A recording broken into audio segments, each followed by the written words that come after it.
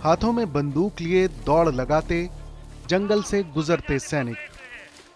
असल में ये सैनिक यूक्रेन के नए ऑफेंसिव गार्ड यूनिट के स्वयंसेवक यानी वॉलंटियर्स हैं, जो एक ड्रिल के दौरान हथियारों के साथ ट्रेनिंग लेते समय अपने साथी सैनिकों से बात करते चल रहे हैं।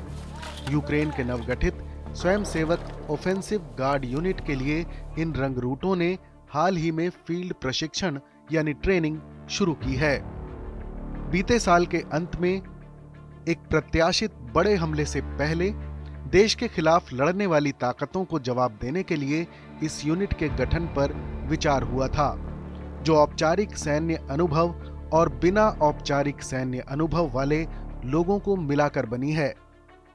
फरवरी की शुरुआत में इस यूनिट के लिए भर्ती शुरू की गई थी। यूक्रेनी अधिकारियों का कहना है कि इस यूनिट के समर्थन में 24,000 लोगों ने दस्तखत किए हैं।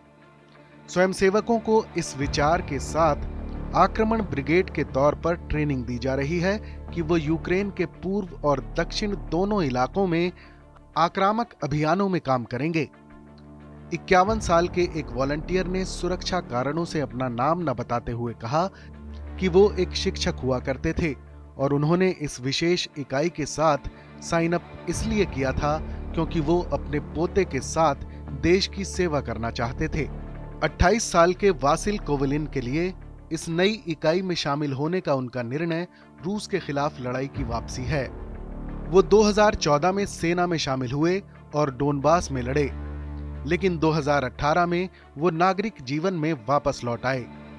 जब रूस ने पिछले साल बड़े पैमाने पर हमला शुरू किया तो वो पहले प्रादेशिक रक्षा यूनिट और फिर नेशनल गार्ड में शामिल हुए। कोवलिन ने कहा कि मेरी प्रेरणा युद्ध के अंतिम दौर में हिस्सा लेने की मेरी इच्छा है। युद्ध को जल्द से जल्द खत्म करने के लिए हमलावर होना है। कोवलिन 2015 से यूक्रेनी सशस्त्र बलों के लिए लड़ रहे थे, जब वो उस समूह का हिस्सा थे जिसने डोबाल्टसेव का बचाव किया था। वो इलाका इस समय किसी भी तरह की सैन्य कार्रवाई करने की मौजूदा कठिनाइयों के बारे में बात करते हुए वखरामियेव ने कहा कि बड़ी समस्या डोनेट्स्क इलाके में ही दलदली क्षेत्र है, जहां सैन्य अभियानों को अंजाम देना मुश्किल है।